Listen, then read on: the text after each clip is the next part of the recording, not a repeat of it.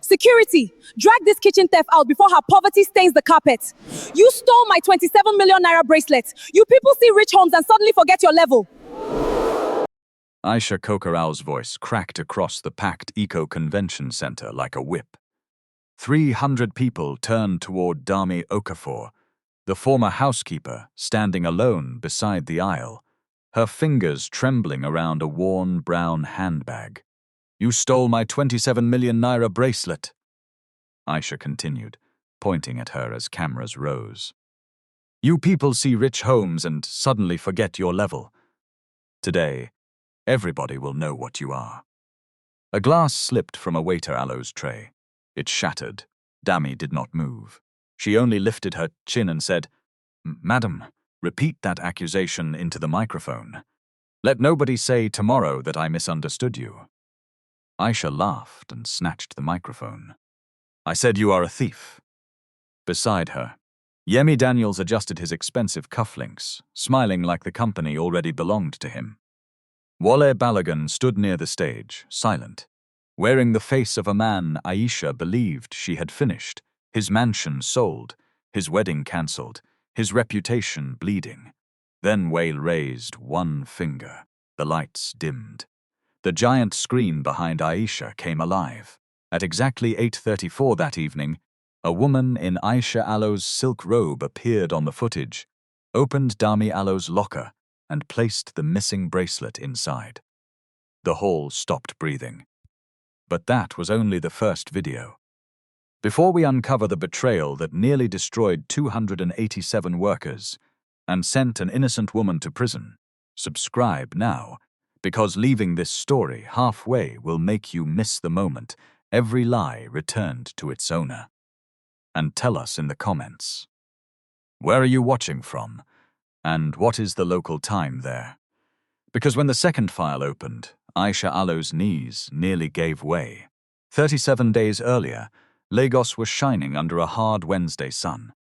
At 4:17 that afternoon, traffic along Alfred Rewain Road had slowed into one long impatient river of horns, air conditioning fumes and drivers squeezing their faces through half-open windows. Wale Balogun sat in the back of a dark grey Mercedes, holding a narrow leather box on his lap while his driver, Sunny Bello, tried to escape a bus that had stopped without warning. Inside the box was a custom-made diamond necklace Wale had ordered 4 months earlier for Aisha Aloe's wedding morning. It had cost him 31 million naira. Normally, Wale would have remained at the office until after 9. Balogun Urban Projects was handling 6 developments across Lagos, and the Marina Crest site alone had consumed most of his life for the past 18 months. But that afternoon, a structural review meeting had ended early, and he had decided to surprise the woman he would marry in 23 days. He believed surprises kept love alive. The Ikoyi mansion stood behind a charcoal gate, quiet and spotless beneath 2 almond trees. Wale entered through the side door because he did not want the security men announcing him. The cool air inside carried the smell of sandalwood, fresh lilies, and something frying in the distant kitchen. A woman Aloe's voice rose from the dining room. "Dami, are you deaf? Or has poverty blocked your ears?" Wale stopped.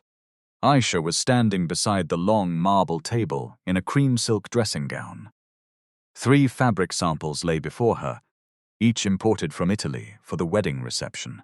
Dami Okafor stood 2 meters away in her navy uniform, holding a tray of ginger tea with both hands. I said, "Move back." Aisha snapped. "Do not stand near my wedding fabric with those kitchen hands. The smell of onions and suffering can enter cloth." Dami lowered her eyes. "Sorry, Ma. I only came to serve the tea." "And who asked you to speak?" "Place it there and disappear. This house is not a village meeting where every person must contribute." Wale watched from the shadow of the passage. Dami placed the tray on a side table. Her movements were careful, but 1 teaspoon touched the saucer with a soft metallic click. Aisha Alo's face tightened as though the sound had insulted her personally. "Look at you shaking," she said. "Have you ever seen a proper wedding before? One flower arrangement in this house costs more than everything your family owns, yet you are moving around as if you belong here." Dami swallowed. "No problem, Ma. No problem." Aisha laughed. "Your whole life is the problem. Go and check the soup before you burn what you cannot afford to replace." Dami turned away.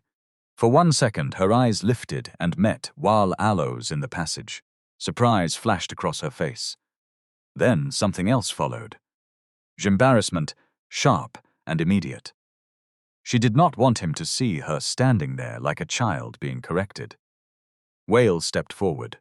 "Aisha," she spun around. The cruelty vanished so quickly that it almost looked rehearsed.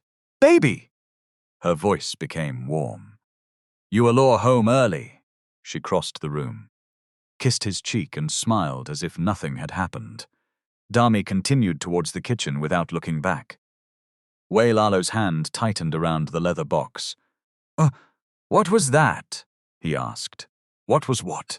"The way you spoke to Dami." Aisha waved one hand. "Please, don't start carrying staff on your head. I have told you before that girl is careless. If I don't correct her, she will become too familiar. She was bringing you tea, and I corrected the way she brought it. Is that now a board meeting?" Aisha touched his chest. "You have been working too hard. You are looking for problems where there are none." Wale glanced toward the kitchen door. "Respecting someone who works in your house is not carrying them on your head." Aisha Allah's smile remained, but her eyes cooled. "Fine. I will apologize later if that will make you happy." He knew that tone. It meant the conversation was finished because she had decided it was beneath her. Wale almost handed her the necklace anyway. Almost. Then her phone rang on the table. She glanced at the screen and turned it face down. "I need 10 minutes to finish with the decorators. Go upstairs, freshen up. I'll join you." Wale nodded slowly. He placed the leather box inside his jacket instead of giving it to her and walked toward the study. He did not go upstairs. The study door stood partly open. He entered, put the box on his desk and called Tayo Nwosu, the company Alo's chief legal and compliance officer. Tayo did not answer. Wei left a short message, then opened his laptop to review the Marina Crest report that had arrived that morning. Less than 5 minutes later, Aisha Alo's voice floated through the thin partition between the study and the smaller lounge beside it. This time she was laughing. "Yemi, stop! You will make me shout in this house." Wale Alo's fingers froze above the keyboard. Yemi Daniels. The name belonged to a senior corporate banker who had been circling Balogun urban projects for almost a year. Always with a smile, always offering finance that came with too many strings. Wale had met him at 2 industry dinners. Aisha had claimed she barely knew him. Her voice lowered. "No, he is not here. Wale is still at the office. That man can sleep inside concrete if you allow him." Wale stared at the partition. A man Alo's voice answered through the phone speaker, too faint to catch clearly. Aisha laughed again. "Of course I still want you. But I cannot do anything foolish now. The wedding is in 23 days, and his lawyer is still disturbing us about that agreement." Wale Balogun's breathing changed. The prenuptial agreement had not been intended as an insult. Tayo had recommended it because Wale Balogun's company employed hundreds of people and held investments that could not be mixed carelessly with personal property. Aisha had cried when he first mentioned it, saying he was preparing for divorce before marriage. Wale had delayed signing because he hated seeing her hurt. Now, she continued, "If I marry him before the agreement is complete, my position becomes stronger, do you understand? After that, we can take our time. Let him keep running around like the responsible saint of Lagos." The man spoke again. Aisha Alo's answer came without hesitation. "Love? please. Wale does not even know how to enjoy money. If he sees 10 billion naira, he starts thinking of workers' at low pensions and drainage systems. He is useful, not exciting. Wale closed his eyes. The house became painfully still around him. Somewhere beyond the window, a generator coughed to life in a neighboring compound. A spoon struck a pot in the kitchen. His own heartbeat sounded louder than both. Then Aisha said something that turned pain into cold attention. "That maid saw me enter your car last Friday." Wale opened his eyes. "Yes, Dami. The one who walks around with that innocent face. She did not say anything, but I know she saw us. I will handle her before the wedding." A pause. "No, I cannot simply sack her. Wale will ask questions. He likes behaving as if every cleaner is a board member. I need a reason he cannot argue with." Wale Alo's hand moved slowly toward his phone. He pressed record. Aisha continued talking about the company, about Yemi Alo's interest in Marina Crest, about how Wale kept confidential papers in his home study. She did not know the access codes, but she knew where he kept temporary board packs when late meetings ended at the house. "Once we are married," she said, "you will have what you need. Then you can help me protect my own future." Wale recorded 4 minutes and 38 seconds before the call ended. He did not burst into the lounge. He did not throw the phone at her feet or demand an explanation. The anger came, hot and violent, but years of negotiating land disputes and construction failures had trained him not to make permanent decisions in temporary heat. So he remained seated. The leather gift box sat beside him like evidence from another man Arlo's life. Wale opened it once. The diamonds caught the afternoon light and threw small, bright shapes across the desk. He shut it. At 4:39, Tayo returned his call. "Wale, hope no problem? You sounded serious." "I need you at the house," Wale said. "Come through the back entrance. Do not call anyone." There was silence at the other end. "What happened?" "I heard something I was not supposed to hear." "About Aisha." Wale looked toward the wall separating him from the woman he had planned to marry. "Yes," Tayo exhaled slowly. "I am on my way." Before Wale could end the call, another notification appeared on his laptop. It was marked urgent and came from the independent engineering firm reviewing Marina Crest. Preliminary ministerial failure confirmed. Wale opened the attachment. 17 concrete core samples taken from the east and central towers had failed the required strength test. 3 inspection signatures did not match the engineers who supposedly signed them. A laboratory certificate had been altered after issue. The projected cost of demolition, remediation, and customer protection was 6,430 million naira. Wale read the number twice. Then his phone rang again. This time it was Kola Adebayo, the project director. "Oga Wale," Kola said, his voice unsteady. "The engineers have stopped all work. 287 workers are on site asking what will happen to them. The Buyers Aloe Association has also heard rumors." Wale stared through the study window at the green lawn, where Aisha wanted a champagne fountain installed for their pre-wedding dinner. "How much cash is available in the project account?" he asked. "After supplier commitments, 1,112 million. And the insurance. They may dispute liability because the subcontractor submitted fraudulent documents." "Do not send anybody home," Wale said. "Pay today Alo's wages. Secure the site. Nobody should touch the affected sections until the engineers complete documentation." "Oga, the board will want layoffs immediately." "The board can want anything. Nobody loses a job tonight." Wale ended the call. Within 22 minutes, the 2 foundations of his life had cracked at once. The woman he loved was planning to use him, and the company he had built from one rented office was facing the largest crisis in its history. Behind the study door, Aisha began humming. She had no idea. Tayo arrived at 5:26, wearing the same charcoal suit he had worn to court that morning. He was 51, broad-shouldered, grey at the temples, and too experienced to be impressed by wealth. Wale trusted him because Tayo had told him no more often than most people told him yes. Sani led him through the service entrance. Dami was arranging plates on the kitchen counter when Tayo entered. She greeted him softly, then glanced toward the main corridor. "Mr. Wale is in the study, sir." "Thank you, my daughter." Tayo noticed the redness around her eyes, but he did not ask. He entered the study and closed the door. Wale played the recording. Tayo listened without interrupting. His face did not change when Aisha mocked the prenuptial agreement. It did not change when she called Wale useful, but unexciting.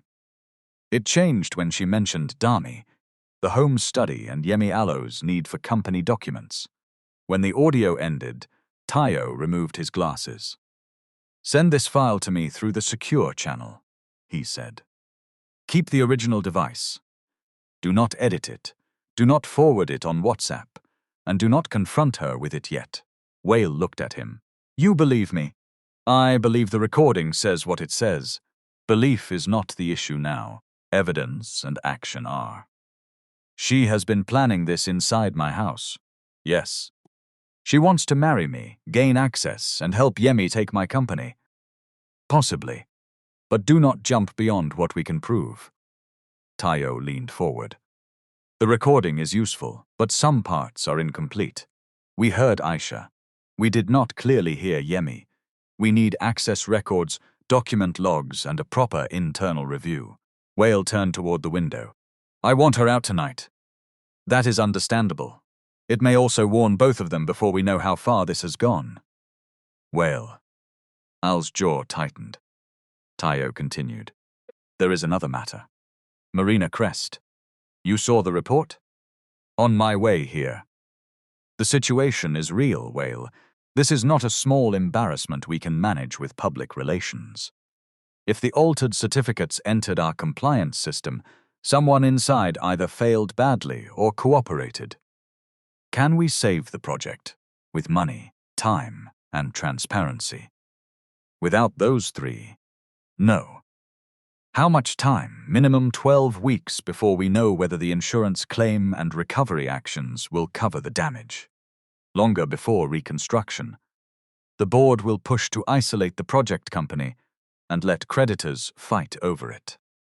That will destroy the buyers and preserve the parent company." Wale looked at him. "You are advising me to do that. I am telling you what the board will say. My advice is that we first establish our legal obligations, protect life, preserve evidence, and stop further loss. Then you decide what kind of owner you want to be." Wale gave a humorless laugh. "Today everybody is asking me what kind of man I want to be. No. Today's circumstances are asking. People will answer for you if you refuse." The words stayed in the room. At 6:05, Aisha knocked once and entered without waiting. "Tayo, I didn't know you were here." Her smile was smooth. "Are you people planning another meeting inside my wedding month?" "Good evening, Aisha," Tayo said. She turned to Wale. "The decorator needs approval for the imported orchids. It is an additional 12 million, but the local ones look tired." Wale stared at her for a moment. "Sit down." Aisha's smile weakened. "Hope no problem?" "There is a serious problem at Marina Crest." He explained only what the engineering report had confirmed. He told her the site was suspended, that remediation could cost more than 6 billion naira, and that the company might need to sell personal assets and reduce non-essential spending. Aisha listened with her hands folded in her lap. When he finished, she asked, "What does this mean for the wedding?" Tayo looked down at the folder before him. Wale Balogun's face remained still. "It means the current budget cannot continue. How much are you cutting?" "All of it for now. We may have a small legal ceremony later, But the reception is cancelled. Aisha blinked. Cancelled? The venue deposit can still be recovered. The planners have not paid most foreign vendors. You cannot cancel my wedding because one contractor mixed bad cement. It is our wedding, Wale said, and this is not one bag of cement. People bought homes from us. Workers depend on the project. Aisha stood. So because some people cannot wait for their apartments, I should walk into a registry like a market woman. No one said that.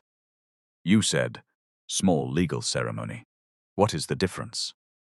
She began pacing. Do you know how many people have booked flights?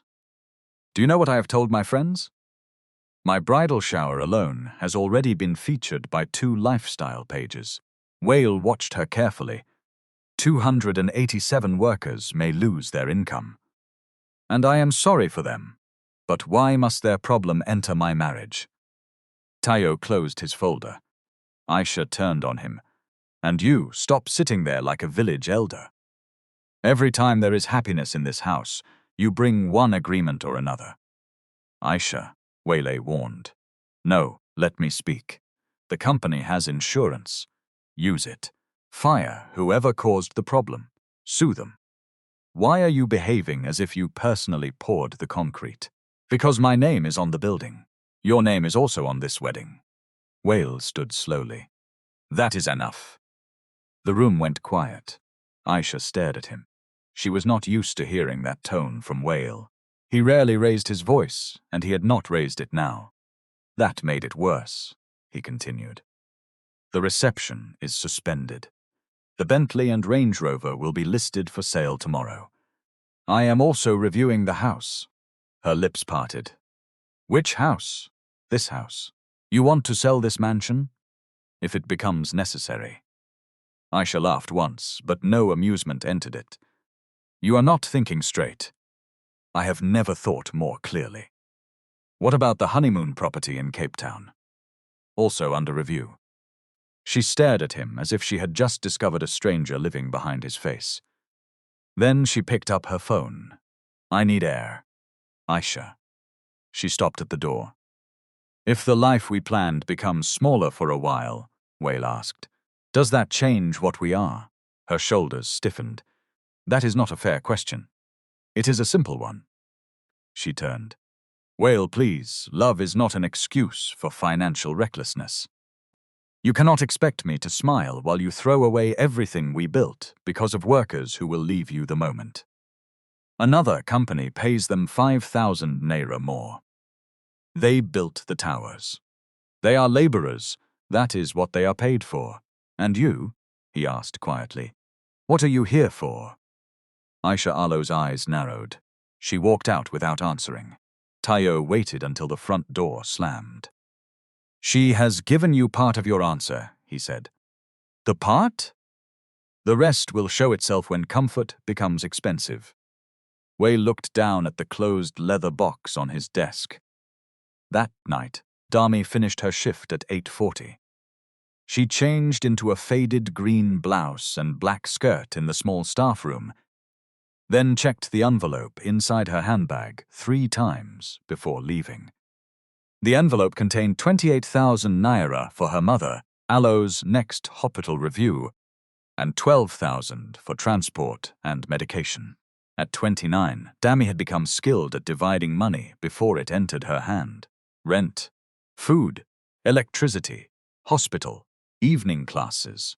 Nothing remained long enough to be called savings. Sani offered to drop her at the bus stop. As they walked toward the gate, he lowered his voice. Madam shouted at you again? Dami adjusted the strap of her bag. I am managing. That woman Alo's mouth has no break. Please, Sani, do not let this thing become gossip. You should tell Oga. And say what? That his future wife told me I smell of onions? Dami shook her head. People like us must choose our battles. One careless complaint, and they will say you are jealous of the madam of the house. But Oga Wale is not like that. I know. Then tell him. Dami looked back at the mansion. Its windows glowed gold against the evening sky. He has seen enough today, she said. Sani did not know what she meant. Dami had seen Wale in the corridor. She had also seen the expression on his face when Aisha turned sweet in one breath. She knew he had understood something, though she did not know how much. At the bus stop, her phone rang. It was her mother. My daughter, hope you are not still at work, Ruth Okafor asked. I just closed, Mama, the hospital called. They moved the test to Friday morning. How much? 36,500. Dami stopped beside a kiosk selling phone cards. They said 28. They added one scan. I told them we will come. Dami looked inside her handbag at the envelope that was suddenly too small. We will come. Do not worry. Dami, I can postpone it. No, you have postponed enough. There was a soft silence. Then Ruth said, Do not kill yourself because of me. Mama, who else will I trouble if you are not here? Dami forced a smile into her voice. Rest. I will handle it. She ended the call and stood still while buses came and went. The city moved around her without noticing. By Friday morning, Balogun Urban Projects had established a crisis room on the 10th floor of its Victoria Island headquarters. Engineering drawings covered one wall. Legal files covered another. The board sat around a table, large enough for 20 people, but nobody touched the breakfast placed at the side. Kola Adebayo presented the facts. The affected structural sections can be removed without demolishing the entire development, but the remedial design will cost between 5.9 and 6.8 billion naira. We must also house 12 families whose temporary rental support expires next month. A board member named Bode Williams removed his glasses. We cannot absorb this, Squiz. Put the project subsidiary into administration. The parent company must survive. A second member nodded. Pause wages. Retain only essential staff. How many people go home? Wale asked. Kola checked his notes. If we reduce to preservation staffing, 211 immediately. The remaining 76 may follow within 4 weeks. Wale leaned back. 211 people. Not figures. People. Some would have rent due. Some would have school fees. Some would be supporting parents in villages that never appeared in company reports. Wale knew business could not operate on emotion alone, but he also knew spreadsheets had a way of hiding the human beings carrying their consequences. What liquidity can we raise without selling the company? He asked.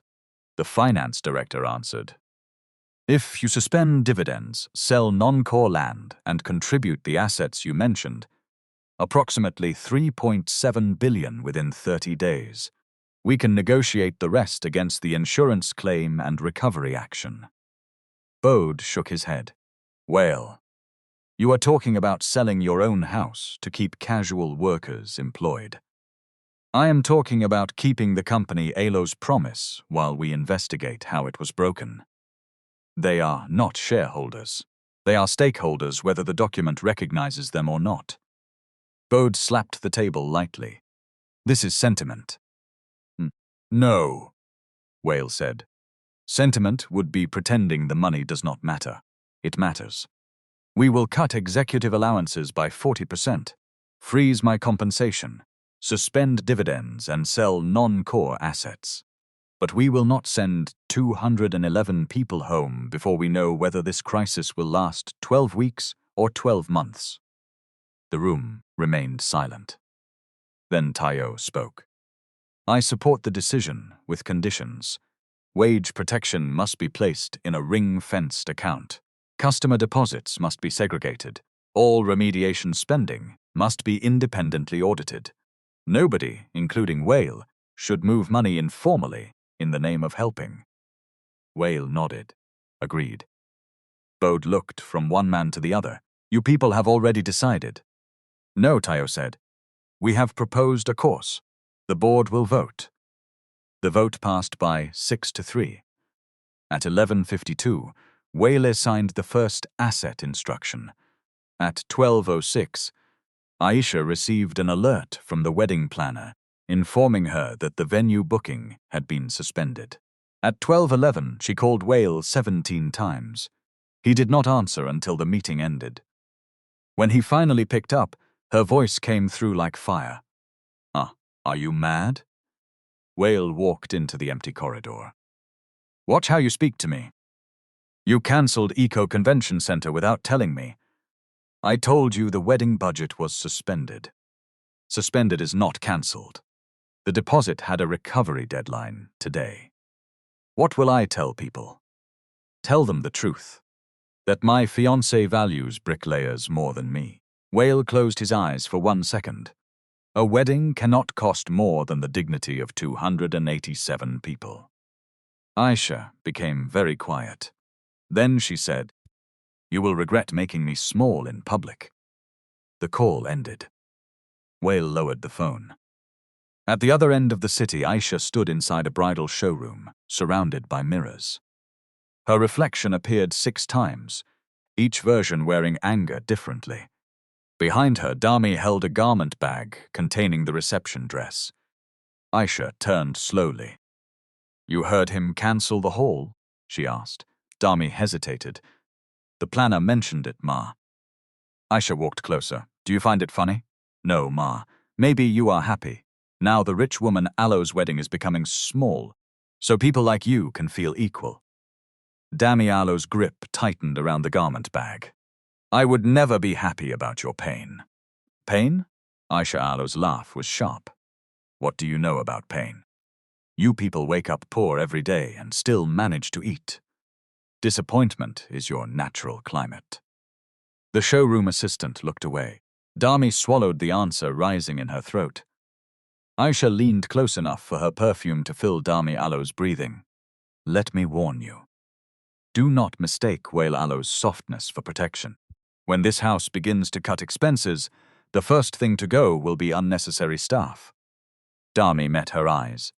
"Then I will collect what I am owed and find another job." Aisha Alo's expression changed. It was the first time Dami had answered without shrinking. "What did you say?" "I said I will work while I am employed, Ma. If I am dismissed, I will collect my proper benefits and leave." For 3 long seconds, neither woman moved. Then Aisha smiled. It was not a pleasant smile. "Benefits," she repeated softly. "So the kitchen girl has started learning big grammar." Dami said nothing. Aisha Alo's gaze fell to the brass key clipped inside Dami Alo's handbag, the key to the staff locker room. Then it moved to the diamond bracelet on her own wrist. Something cold settled behind her eyes. "Carry the dress," she said. "We are going home." The following Thursday, the mansion hosted what Aisha called a private family dinner. Though 41 guests and sat arrived in designer clothes, and 6 hired photographers waited near the garden. She had refused to cancel it after the wedding reception disappeared, insisting that people must see she was still in control. By 7:00 the dining room glowed beneath crystal lights. A saxophonist played beside the terrace. Champagne moved from hand to hand while guests whispered about Marina Crest, the suspended wedding, and whether Wale Balogun had finally become less rich than his reputation. Wale heard the whispers. He allowed them. He had spent the afternoon signing the sale mandate for the Bentley and approving a temporary support plan for the 12 displaced families. The laughter around him felt far away. But he remained present because Tayo had asked him not to change his normal pattern too suddenly. "People who are hiding something become careful when they feel watched," Tayo had said. "Sometimes the best way to see them clearly is to behave as though you have seen nothing." So Wale greeted guests.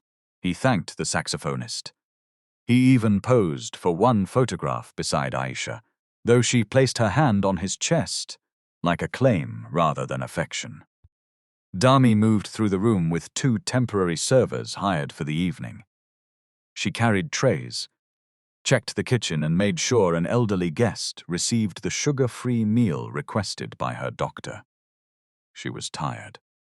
Ruth Allow's hospital tests had cost more than expected, and Dami had attended her facilities management class until 9:15 the previous night.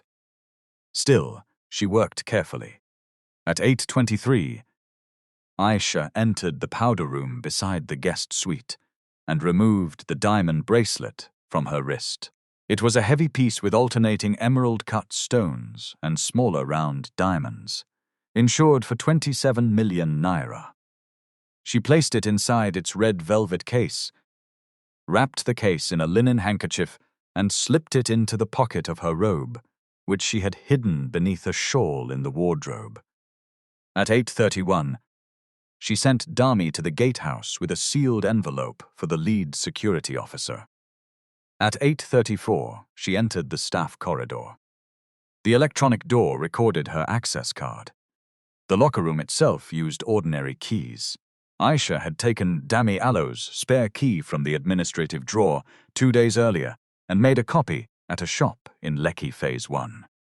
She opened locker number 7, pushed aside Dami Allow's folded uniform, and placed the velvet case beneath a small packet of sanitary pads.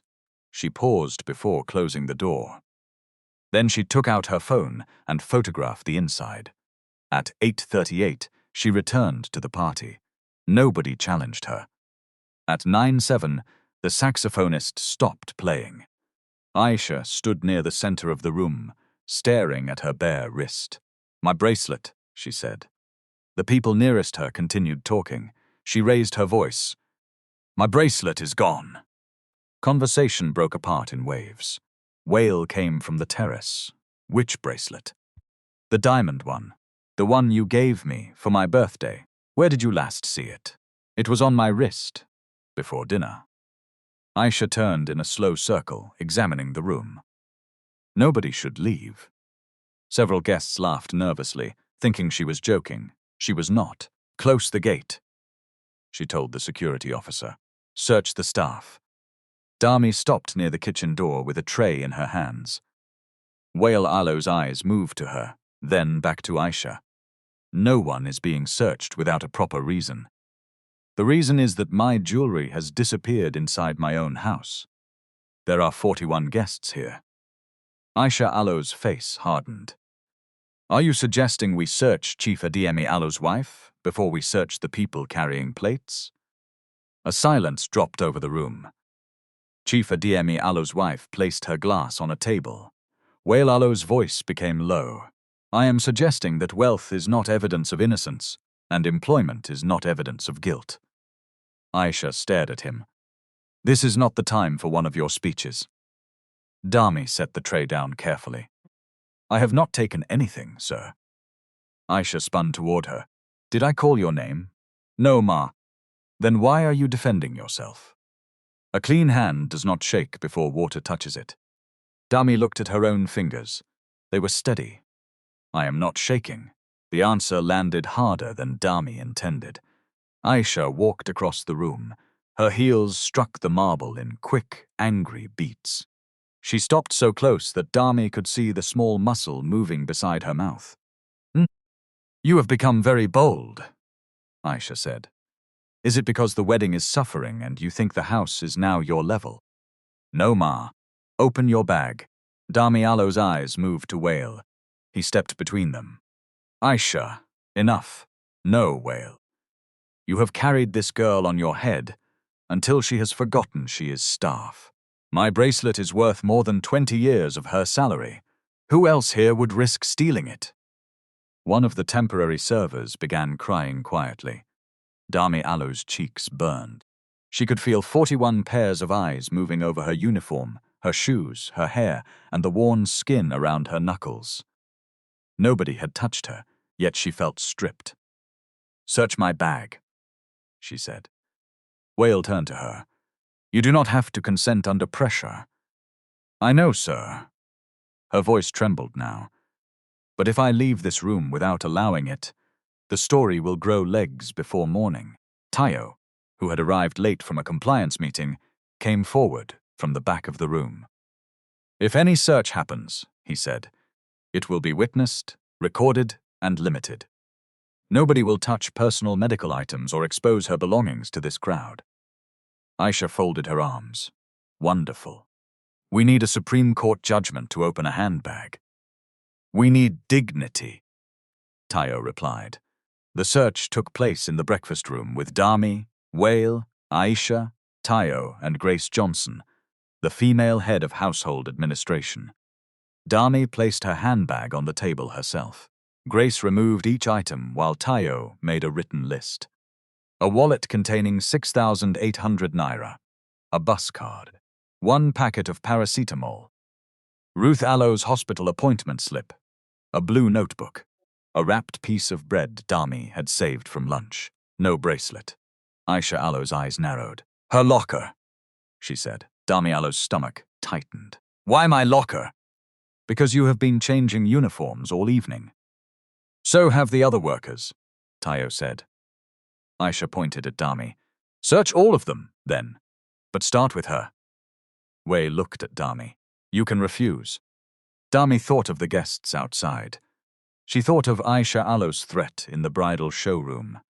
She thought of the way suspicion attached itself to poverty because people found it convenient. Open it, she said. The 5 of them entered the staff corridor. Grace used the master key. Tayo switched on his phone camera before the locker door moved. Inside were 2 folded uniforms, flat shoes, a packet of sanitary pads, and a small plastic container of stew. Grace lifted the first uniform. Nothing. She moved the sanitary pads. The red velvet case appeared beneath them. Nobody spoke. Grace stopped breathing for 1 visible second. Wale Balogun's face lost color. Dami stared at the box as though it had grown inside her locker like a poisonous thing. Aisha made a sound of triumph. I knew it. She reached for the case. Tayo blocked her hand. Do not touch it. That is my bracelet. It is now evidence in an allegation. Dami shook her head. I did not put it there. Aisha laughed. Of course not. Maybe the diamonds walked from my wrist because they wanted to experience staff accommodation. I did not take it. Thief! Aisha shouted. After everything in this house, you still opened your dirty hand toward what can never belong to you. Dami stepped back as if struck. Wale Balogun's voice cut through the corridor. Stop. Aisha turned on him. You are still defending her. I am stopping you from abusing her. Those are not the same thing. The bracelet is in her locker, and we will investigate how it got there. Aisha stared at him in disbelief. Call the police. Tayo closed the locker without touching the case. We will notify law enforcement if the owner wishes to make a formal complaint. But first the area must be preserved.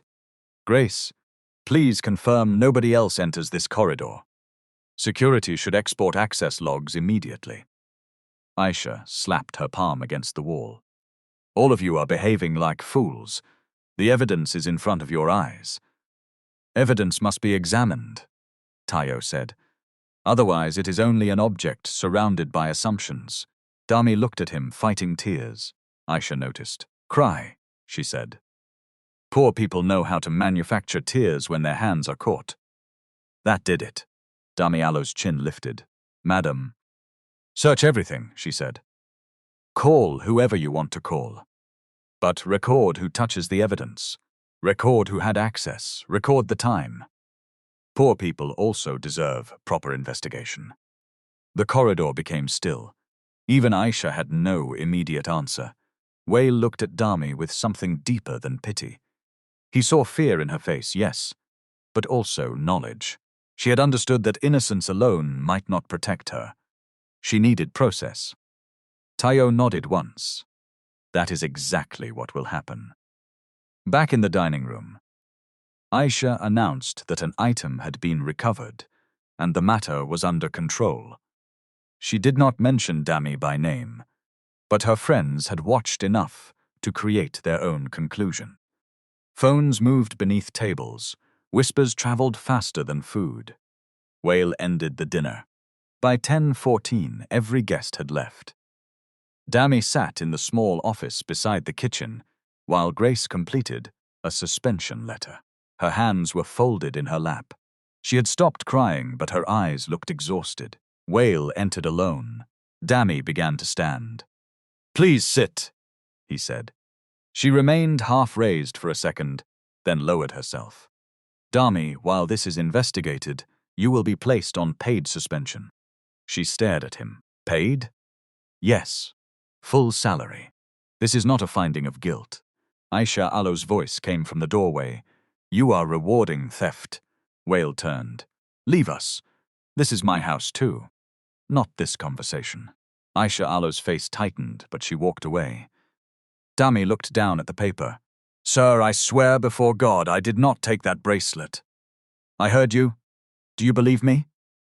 Wale did not answer quickly. Dami Alo's mouth trembled. He leaned forward. "I believe you deserve a fair investigation. I also know what I heard Aisha say about you before this happened." Dami looked up sharply. "What did she say?" "That she wanted a reason to remove you." Dami Alo's face changed from fear to understanding.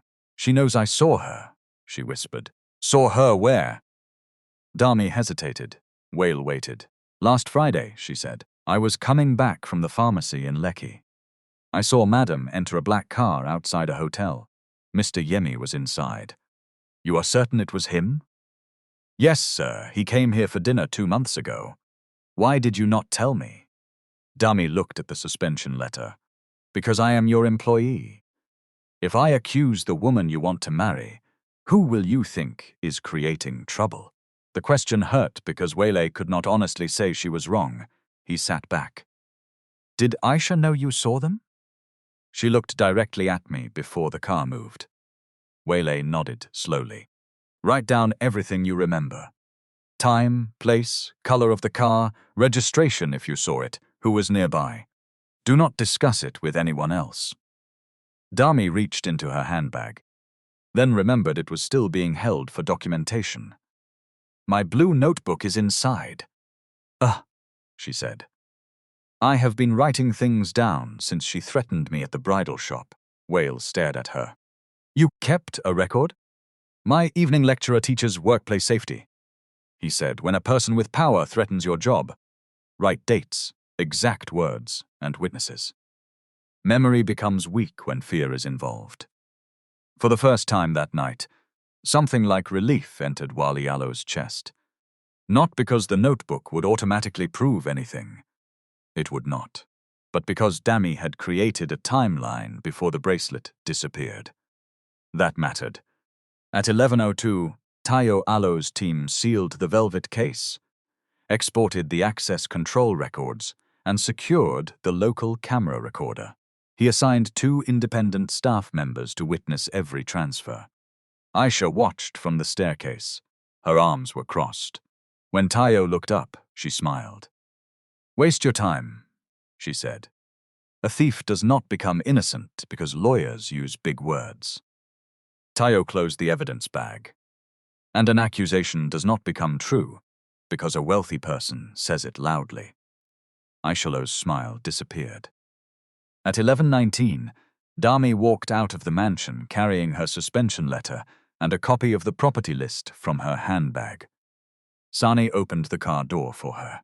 She stopped before entering. "Sir," she said to Wale, "please do not give my hospital paper to anybody. My mother does not know about this. I will protect your privacy." She nodded. Then her voice broke. "If they arrest me, who will take her for the scan on Monday?" Wale Alo's throat tightened. "No one is arresting you tonight, but later we will follow the evidence." Dami looked at him for a long moment. Sometimes evidence follows the person who placed it.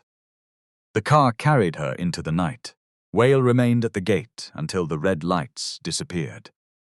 Behind him, Aisha stood on the front steps wearing the diamond bracelet again. She fastened it around her wrist as though nothing had happened.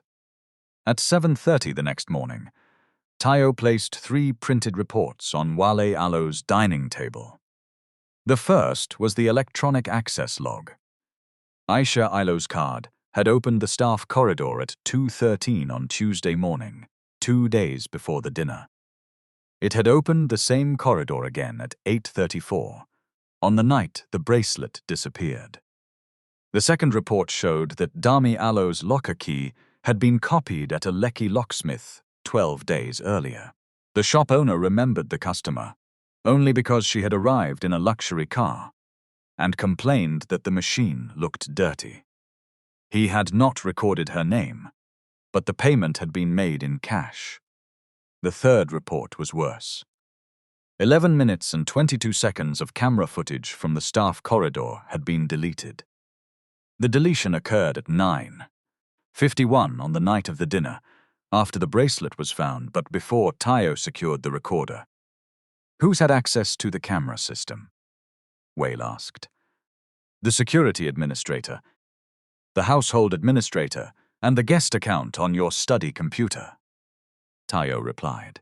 The guest account was used. Aisha knows that password. So do at least 3 event planners who used the study printer last month. Again, do not jump. Wale pushed back his chair. How many times must I watch the same fire before I am allowed to call it burning? When calling it fire can destroy a person, one more time than anger requires. Wale walked to the window. Tayo allowed him a moment, then continued. We have sent the recorder to an independent digital forensics firm. Deleted video is often recoverable if it was not overwritten.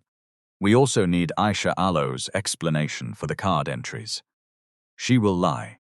Then let her lie in a form we can test. Aisha came downstairs at 8:04 wearing white gym clothes and sunglasses. She asked for coffee, saw Tayo at the table and stopped. Why are you here again? We need to ask about your access card, Tayo said. She removed the sunglasses. What about it? It opened the staff corridor at 2:13 on Tuesday morning and again at 8:34 last night. Aisha did not blink. That card has been missing since Monday. Did you report it? No. I thought I misplaced it in the house. Did you request another card? No. Then how did you enter the main gate yesterday evening? The guards know me. Tayo wrote something in his notebook. Where is the card now? I don't know. May we check the card holder in your handbag? Aisha Alo's face sharpened. Are you searching me now? I am asking a question. You have a thief in this house and you are questioning the victim. The owner of stolen property is not above examination, especially where access records require explanation. Aisha turned to Wale. Will you sit there while your lawyer treats me like a criminal? Wale looked at her calmly. Where is the card? Her mouth opened, then closed. I told you. Missing. A phone began ringing inside the handbag on the sideboard.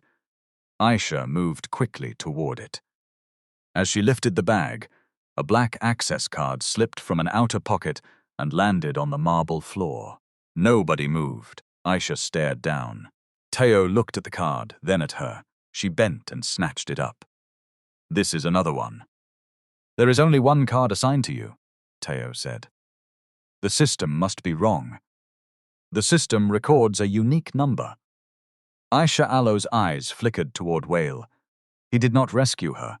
She picked up her coffee and walked out of the room without drinking it. At 8:12, Tayo said that was useful. Wale Alo's voice was flat. Useful is not the word I would choose. By noon, Aisha had moved 3 suitcases to the guest bedroom. She told her friends Wale was suffering from stress and allowing employees to manipulate him. Before sunset, one lifestyle blogger posted a vague message about a respected Lagos businessman who had chosen domestic staff drama over his fiancée. Dami Alo's name was not mentioned. Her photograph appeared anyway. It came from an old birthday post on the mansion Alo's public page. Someone cropped the image until only Dami remained in uniform behind a cake table. The caption beneath it read, "When gratitude becomes greed." By the next morning, her phone would not stop ringing. Some callers asked whether she had really stolen diamonds. Others pretended to offer sympathy before requesting details. A woman from the hospital canteen, where Dami had applied for work weeks earlier, sent a short message saying the recruitment process was now on hold. Dami sat beside Ruth in the renal clinic waiting area and turned her phone face down. Ruth watched her. "Who is disturbing you?" "Wrong number." "Since morning?" Dami forced a smile. "Maybe my number entered one marketing list." Ruth did not believe her, but the nurse called them before she could ask again. The consultation lasted 33 minutes. Ruth Allo's kidney function had declined. The doctor recommended a treatment adjustment, additional tests, and a procedure that could not be delayed indefinitely. "How much should we prepare?" Dami asked. The doctor wrote the estimate on a sheet and turned it around. 1,860,000 naira over the next 4 months, if there were no complications. Dami stared at the number. Ruth touched her arm. "We will manage." Dami folded the paper carefully. "Yes, Mama." Outside the clinic, her phone rang again. This time it was Grace from the mansion. "Dami, I am sorry," Grace said. "Madam has instructed us to remove your belongings from the staff room. Tayo says we must inventory everything and send it to you, but I wanted you to know first." Dami closed her eyes. "Thank you.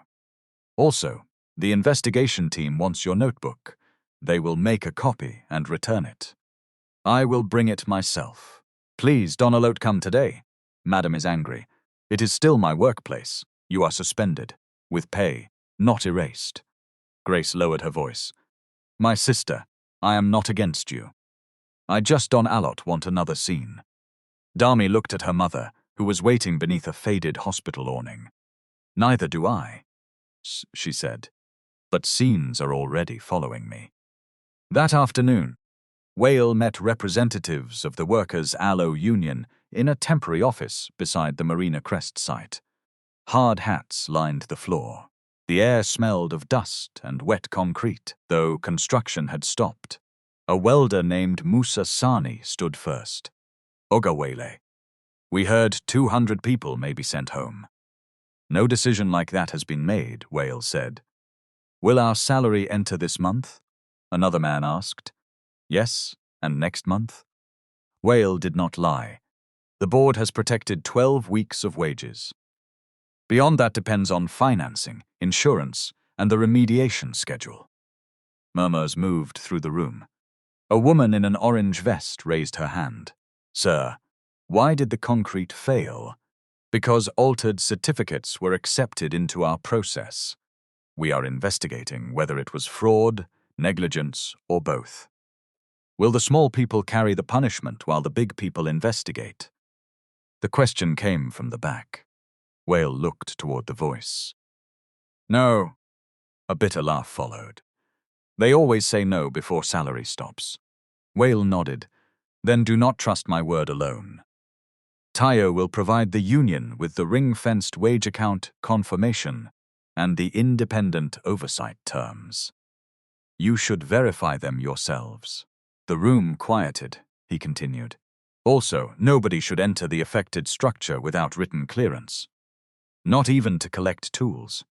If any supervisor pressures you, report directly through the safety line. A job is not worth a life." Musa studied him. "Oga, people are saying you are selling your house. That is my private matter." "Because of us?" "Because the company has obligations." Musa shook his head slowly. "Rich men do not normally sell houses for workers. Maybe that is why workers normally stop believing rich men." No one applauded. Wale did not want applause. Trust built more slowly than that. 3 days later, the Ikoyi mansion was officially listed for sale at 4,950,000,000 naira. The asking price made business blogs. Photographs of its swimming pool, cinema, and 6 bedrooms spread online beside rumors that Wale had collapsed financially. Aisha saw the listing while having lunch with Yemi at a private club in Victoria Island. "He has really done it," she said. Yemi glanced at the screen. "Good. Good? The more desperate he appears, the easier the board becomes. My investment group can take Marina Crest and 2 other assets, inject working capital, and leave Wale with a minority position.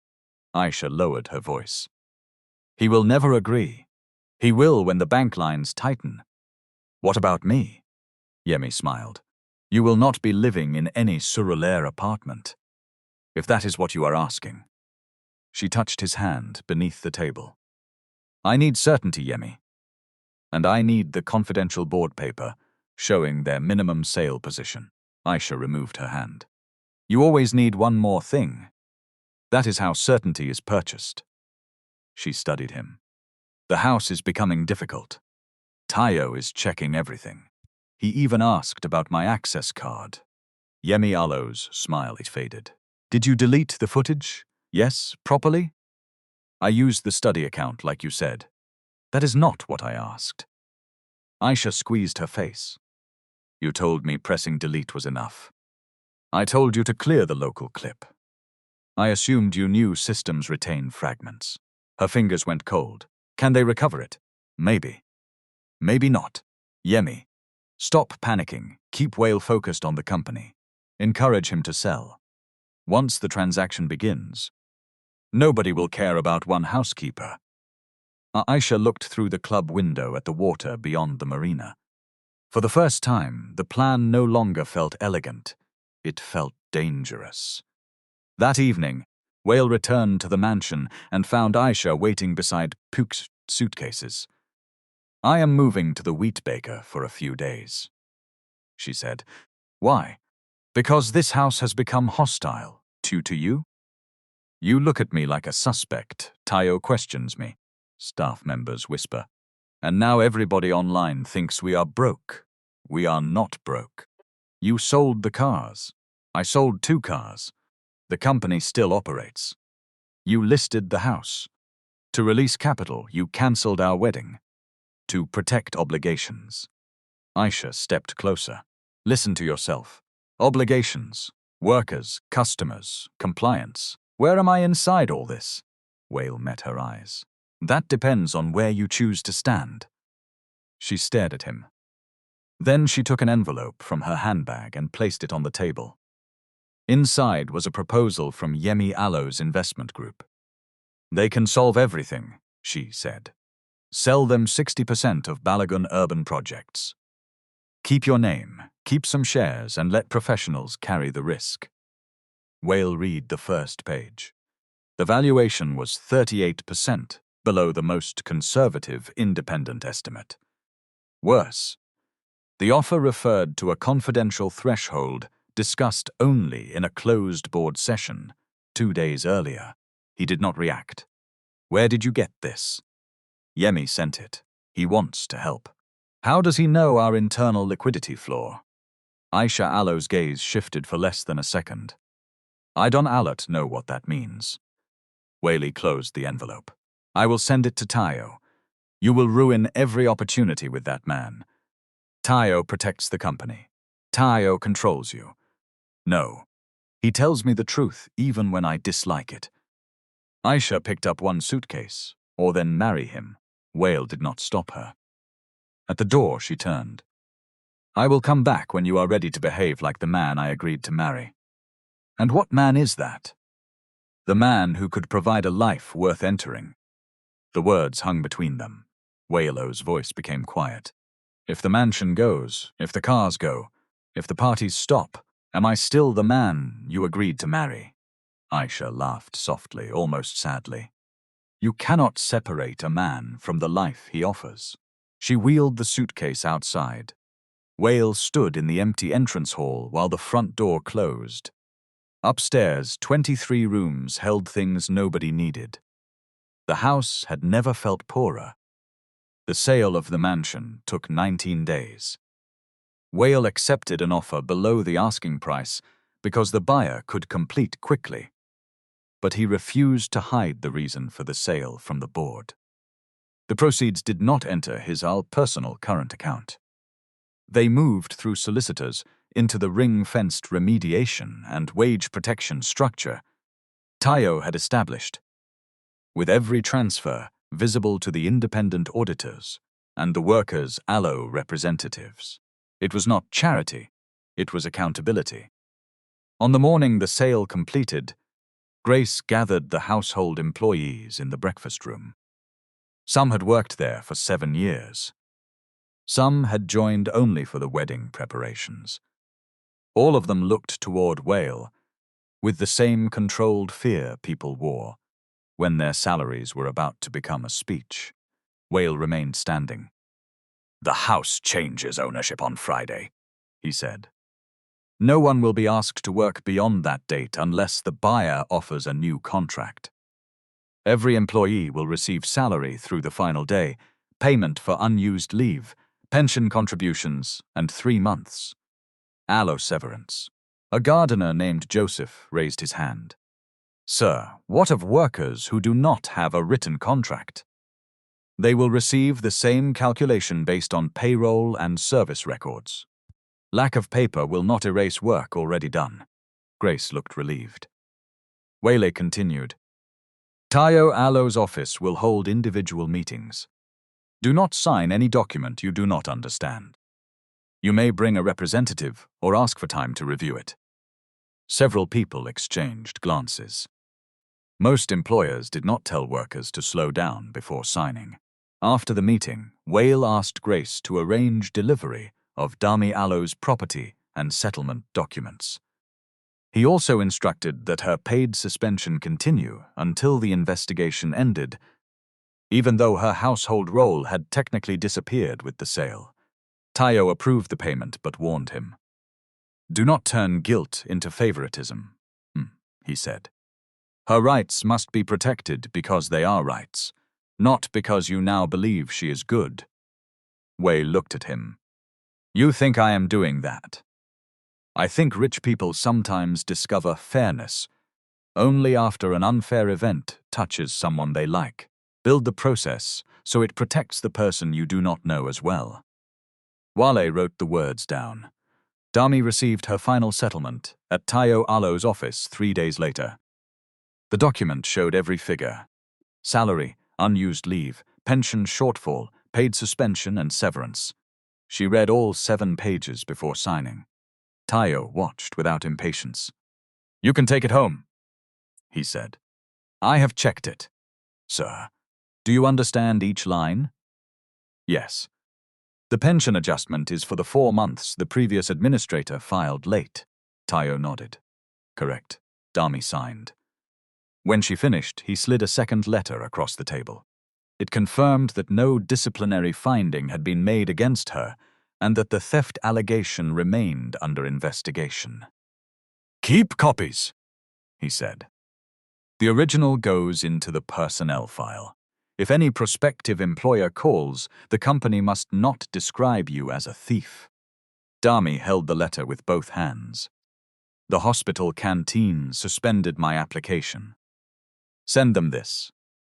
If they refuse you solely because of an unproven allegation, document it." She gave a tired smile. "Everything is document, sir. When power is uneven, paper can become a witness." Dami looked toward the window. "Paper did not stop people from calling me names online. No. It may help make them answer later." She placed the letter inside her handbag. "Have you recovered the camera?" she asked. "Not yet. Do you think Madam put the bracelet there?" Tayo was silent for a moment. "I think the evidence is moving in that direction. But my opinion cannot replace proof," Dami nodded. "I understand. You are handling this better than many executives would." She almost laughed. "Sir, when poor people lose control, people call it character. When rich people lose control, they call it pressure. We learn to hold ourselves." Tayo Alo's face softened. "That should not be necessary." "But it is." The hospital canteen reconsidered after receiving the letter. Dami began work the following Monday at 6 in the morning, serving meals, checking inventory, and coordinating delivery records. The salary was lower than what she had earned at the mansion, but the hours allowed her to attend evening classes, and accompany Ruth to treatment appointments. On her third day, a co-worker recognized her from the photograph online. "You are that diamond girl," the woman said while they stacked trays. Dami did not look up. "My name is Dami." "They said they found the bracelet in your locker." "They did." The woman paused. "And you are still saying you did not take it?" Dami placed the last tray on the rack. "If somebody found a knife under your bed, would that prove you put it there?" The woman squeezed her face. "Why would anybody put a bracelet in your locker?" "That is what an investigation is for." The supervisor overheard and ended the conversation, but the question followed Dami through the week. Patients looked at her hands. Staff members locked cupboards when she entered. One man joked that she should not serve food near expensive watches.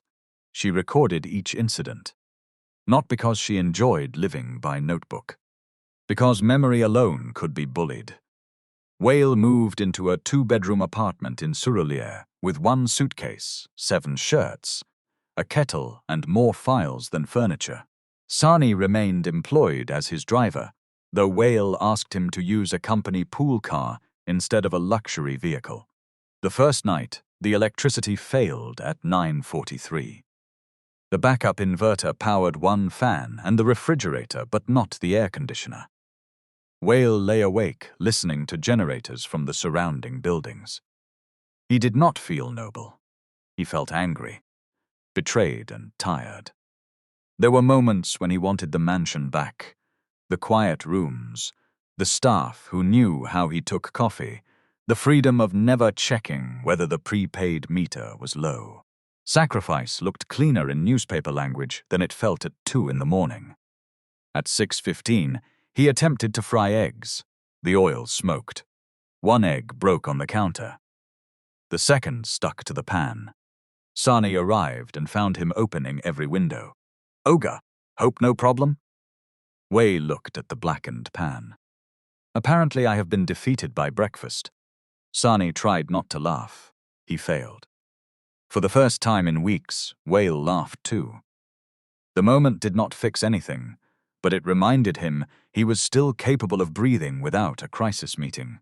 2 days later, Dami came to the apartment to return a sealed folder Grace had mistakenly packed with her belongings.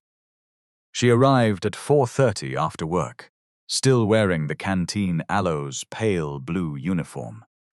Wale opened the door and looked surprised. "You could have sent this through a courier."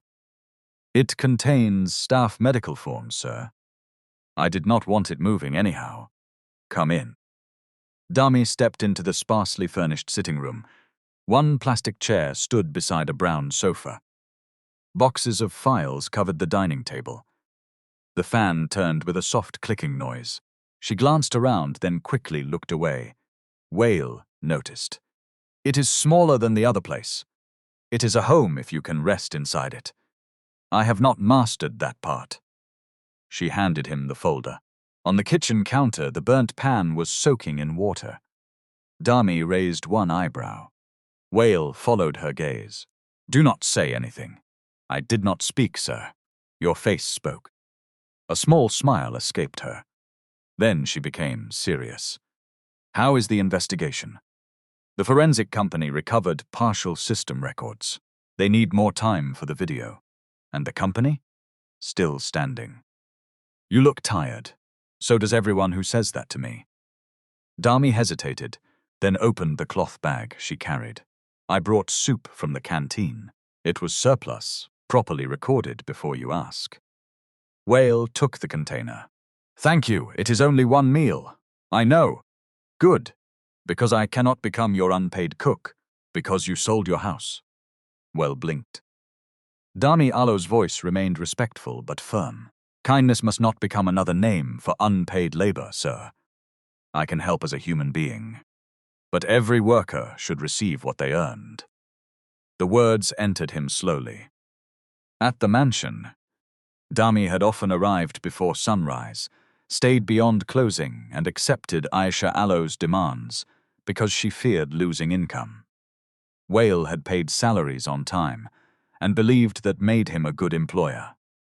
He had never asked how power moved through the house when he was not present. "You are right," he said. Dami seemed surprised by the speed of his answer. "I should have seen more than payroll," he continued. "I should have asked how people were being treated. You were not the person insulting us. I was the person who created the house and left its culture to chance." Dami looked at him, "Then change the next one." He nodded. Before leaving, she gave him the phone number of a volunteer group supporting families affected by suspended construction projects. The group needed verified information about Marina Crest so rumors would not create panic. "They will not protect your image," she warned. "They ask difficult questions. They should. They may criticize the company. They should, if the criticism is accurate."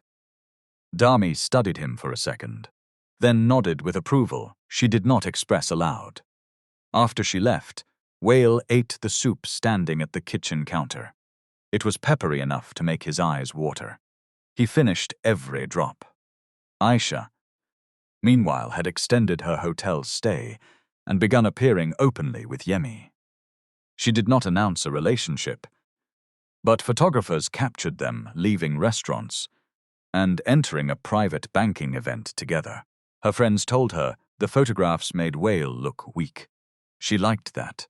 Then Yemi sent her another message. "Need the board recovery ringwidge before Friday. Without it, the offer may be withdrawn." Aisha called him immediately. "I cannot enter the house. Now, it has been sold. You had 3 weeks. I gave you the first proposal figures. And they changed after the wage account was funded. I need the updated floor. Tayo is watching every document." Yemi Allo's voice hardened. "Aisha, do not become useless when the difficult part begins." She went quiet. Nobody spoke to her like that. "You should remember who you are talking to," she said. "I am talking to someone who wants a secure future, but keeps arriving with half the information." Her pride burned. "What happens after you buy the company?" "You receive the advisory role we discussed. We travel. You build your events business with proper clients." "And Wale?" "He remains a minority founder until the board removes him for performance." Aisha looked at the hotel room around her. The white sheets, the room service tray, the flowers she had ordered for herself. "Send me the exact document name," she said. The following day, she met Grace at a storage facility where household records were being sorted for transfer. She claimed she needed wedding invoices for tax purposes. While Grace answered a phone call, Aisha opened one sealed box labeled Ecutive, Home Office, and photographed 23 pages from the latest board recovery pack. She sent them to Yemi from the car. At 8:18 that night, Tayo LR document monitoring system flagged the pages when language from a confidential internal paper appeared in a revised acquisition proposal sent by Yemi Elo's group. The same unusual phrase appeared in both documents: minimum defensible continuity threshold. Tayo called Wale. "We have a leak," he said. "From the board? Possibly. But the leaked version contains a handwritten correction that existed only in the hard copy stored at your former house." Wale sat upright on the sofa. "Who accessed the storage?" "I am checking." At 9:02, Grace confirmed Aisha had been there. At 9:20, the storage facility provided camera footage showing Aisha opening the executive box while Grace Elo's back was turned. At 9:44, Tayo received the digital forensics firm Allo's preliminary message. "Recovered video fragments confirm movement in staff corridor. Full reconstruction expected within 72 hours." Tayo read the sentence twice, then his phone rang again. It was Dami. "Sir," she said, breathless. "Madam has posted my name." Aisha had gone live on social media from her hotel suite. In front of more than 12,000 viewers, she said she had ended her engagement Because Wale had chosen a dishonest employee and a failing company over the woman who loved him. She did not merely imply. She named Dami Okafor. "She stole from me," Aisha said into the camera. The bracelet was found in her locker, but because poor people know how to cry, everybody suddenly forgot the evidence. The clip spread within minutes.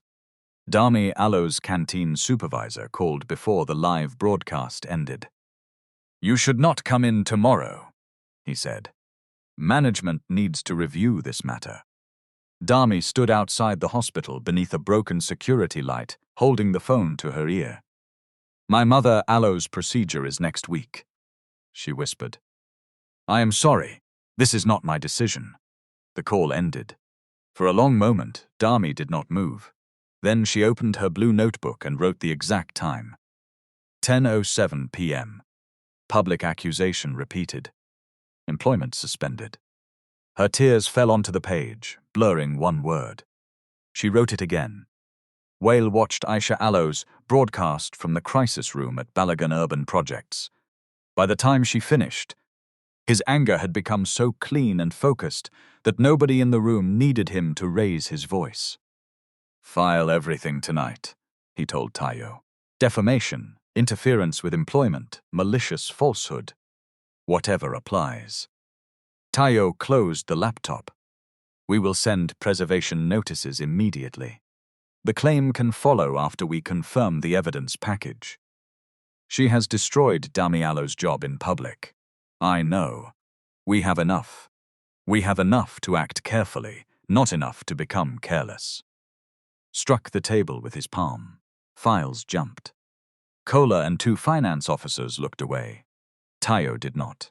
"Do not make her suffering another stage for your anger," he said. "Call Dami. Ask what she needs. Do not decide for her because you feel guilty."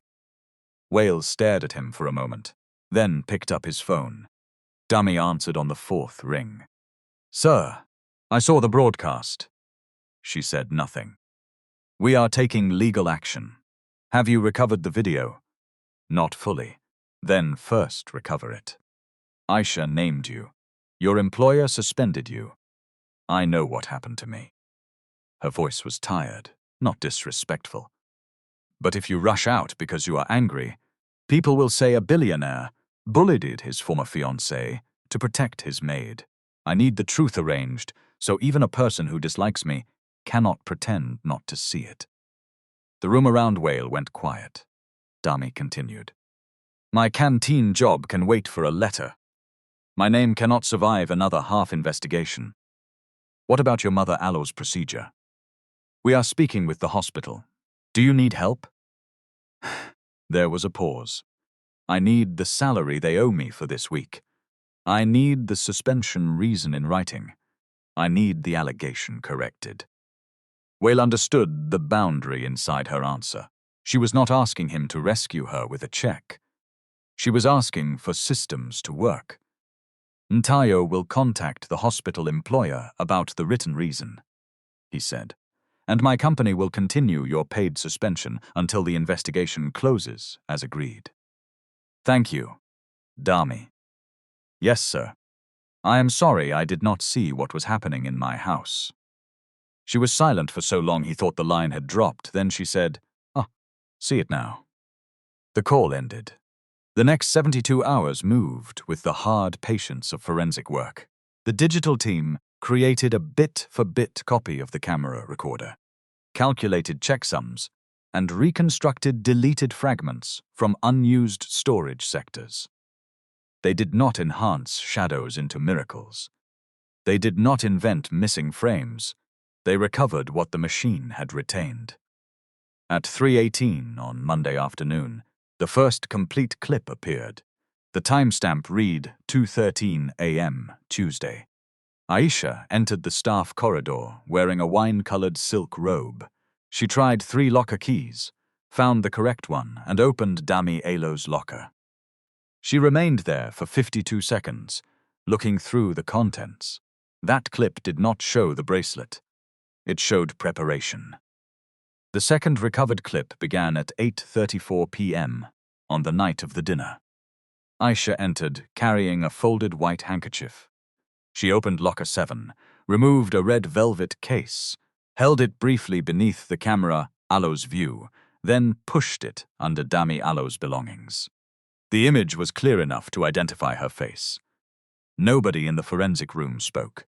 Tayo asked the lead examiner to replay it, once, twice. On the third viewing, Wale turned away. He had expected it. Expectation did not reduce the shock of seeing deliberate cruelty performed with calm hands. She was willing to send Dami to prison, he said. Tayo nodded. Yes, because Dami saw her enter Yemi Alo's car, and because framing her also distracted you from the document leak. The team examined the deletion log. At 9:51, the guest account on Wale Alo's study computer had removed the video segment. Aisha Alo's phone had connected to the study Alo's Wi-Fi at the same minute. Her browser history, obtained through a lawful internal review of the household device and preserved cloud logs, showed searches about deleting CCTV footage and whether removed clips could be recovered. The evidence tightened. Dami Alo's blue notebook provided the independent timeline. On the day before Aisha Alo's first 213 entry, Dami had written, "Madam asked where spare locker keys are stored. Said she wants to check whether staff steal food. Grace told her keys are in administration drawer." On the day Dami saw Aisha and Yemi outside the hotel, she had written the location, the time 5:46 p.m., and 4 digits from the vehicle plate. Traffic camera records confirmed a black Range Rover registered to a company controlled by Yemi passed that junction at 5:49. The notebook did not prove adultery. It proved Dami Alo's memory was not invented after the bracelet appeared. Then the document leak became clearer. The storage facility footage showed Aisha photographing board papers. Metadata from the images appeared in a secure export obtained after Yemi Alo's investment group was served with a preservation notice. The handwritten correction in the board paper matched a sentence inserted into the acquisition offer 14 hours later. At 6:30 that evening, Tayo laid the complete evidence map across Wale Balogun's apartment table. "We can make a police complaint regarding the false placement of property, interference with evidence, unauthorized access and possible trade secret misuse," he said. "Dami can pursue civil remedies. The company can act against Yemi Alo's group. We also need to notify his bank Alo's compliance department because he used his position and information channels in this transaction." "Do it." Tayo did not move. "There is one more decision." "What?" Aisha made the accusation publicly. Dami Alo's name will not be repaired by a quiet letter alone. Wale looked at the evidence spread before him. "The recovery forum is next week," he said. "Yes. Workers, customers, journalists, union representatives, and the board will already be present. You want to reveal it there. I want Dami to decide whether she wants the correction made there. Not you, not me." The following morning, Dami met them in a private conference room at the company headquarters. She wore a plain yellow blouse and carried her brown handbag. She seemed smaller inside the glass room than she had in Wale Balogun's kitchen. But when Tayo showed the recovered footage, she did not look away. Aisha entered the corridor, opened the locker, placed the case inside. Dami pressed one hand over her mouth. The clip ended. Nobody spoke for several seconds. Then Dami asked, "Can people say it was edited?" "The independent examiner will explain the recovery process," Tayo said. "And the original recorder, forensic copy, checksums and export logs are preserved. And the access card matches the footage. The study computer matches the deletion." She nodded slowly. Wale watched tears gather in her eyes. They did not fall. "I want the truth shown," she said. "But I do not want my mother Alo's hospital paper, my salary, or my private things displayed. They will not be." Tayo assured her. I also do not want people shouting that Madam should die or suffer. I want her to answer. That is different. Wale leaned forward. You are asking for mercy after what she did? No, sir. I am asking for discipline. Dami looked at him. A mob can turn on anybody. Today they will use it for me. Tomorrow they can use it against another poor woman without evidence. Let the truth be strong enough without cruelty. Tayo nodded, agreed. Dami took a breath. What will happen to the company workers? Wale explained that the insurer had provisionally accepted part of the claim, subject to final allocation. A non-core parcel of land had been sold, and a domestic pension fund was considering an investment tied to job protection and independent project oversight. So the company can survive? She asked. It can if the terms are finalized. And Yemi Alo's offer? Rejected. A faint, satisfied light entered her face. Good. Wale almost smiled. Then Tayo placed a draft public correction before her. Dami read it twice. She crossed out one sentence describing her as a loyal and selfless domestic employee. Wale noticed. Why remove that? Because I do not need to become an angel before people admit I am not a thief, she said. Ordinary innocence should be enough. Wale felt the sentence settle somewhere permanent. The forum was scheduled for Saturday at Eco Convention Center, the same hall Aisha had booked for the wedding reception. When the original event was cancelled, Wale Balogun's company recovered most of the deposit. The venue later offered the same date for the public recovery meeting at a reduced corporate rate. The irony was not lost on anyone. Invitations went to all 287 workers, the 61 buyers, major suppliers, regulators, union leaders, and selected journalists. The program listed 4 subjects: engineering remediation, wage protection, customer safeguards, and governance reforms. Aisha received a formal notice requiring her attendance because the company intended to address the leaked board documents and public allegations against Dami. She called Wale for the first time in 9 days. What are you planning? A public correction. You cannot discuss private household matters at a company forum. You made them public. You are trying to humiliate me because I left you. No. You are being given an opportunity to respond to evidence. What evidence? Wale remained silent. Aisha Balogun's breathing changed. You recovered the video.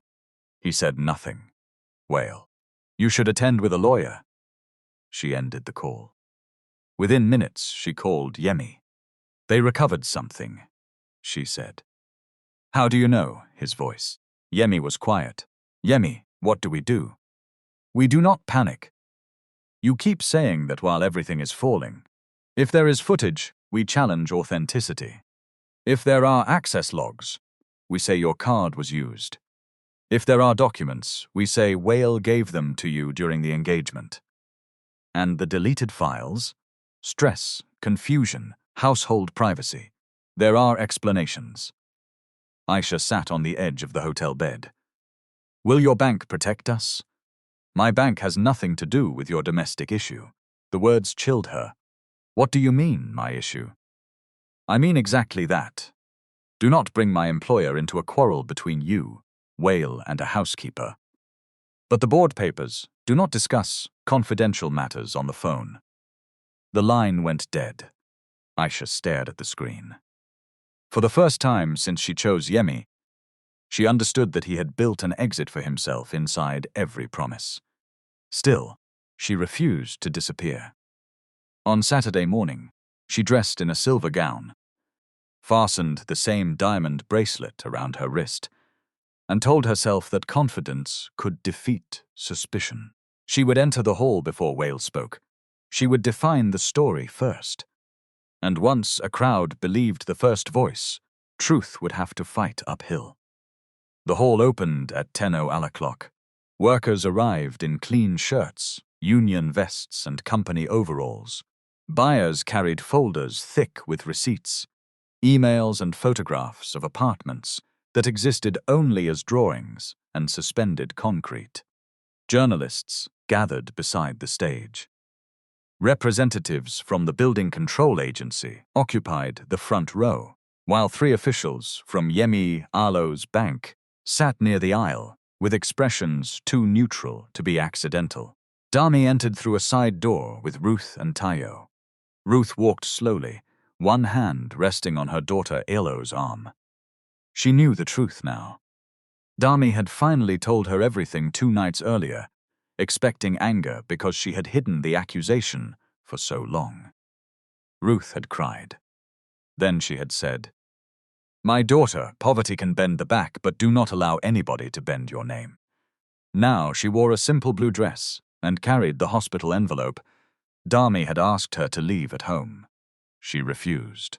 "This paper is not shame," she said, "is only sickness." Dami did not argue. At 10:43, Wale stepped onto the stage. The room settled slowly. Some workers applauded. Others remained silent. The buyers did not come for inspiration. They came for answers. Wale began without music or praise. 37 days ago, an independent review found serious defects at Marina Crest. 17 core samples failed.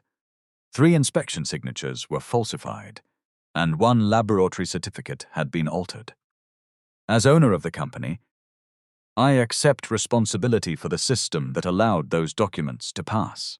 A murmur moved through the hall. He continued, "Responsibility does not mean I personally changed the certificates. It means I cannot hide behind the person who did. Our customers gave us money. Our workers gave us labor. Our suppliers gave us credit and trust. We owe all of them more than excuses."